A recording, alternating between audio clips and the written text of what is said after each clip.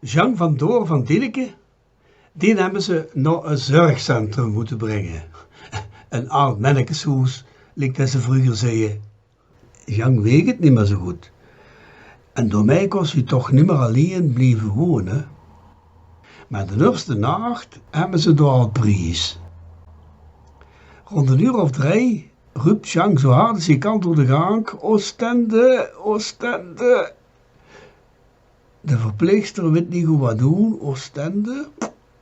Ze zit even neven Jean zijn bed. Dan gaat ze weer weg en Jean die schiet zijn bed vol. 'S'nachts is het weer van hetzelfde lieke Jean. Die zit in zijn zetel te roepen, knokken, knokken. En nou is het een andere verpleegster, die weet ook niet wat aanvangen.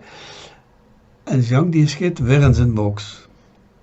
De verpleegsters schreven dat op, die praten erover.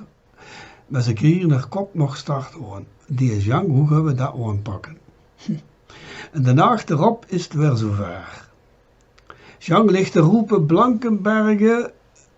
De verpleegster van de nacht loopt erin en die zegt, Jean, meneer Jean, als je moet kakken, hè, vocht dan alstublieft naar de pan. Zo ik dat jij bezig ziet, dat is geen werk niet meer. Dat is het, Jean, de pannen. Ik kon er niet opkomen, maar ik wist dat het op de ziel lag.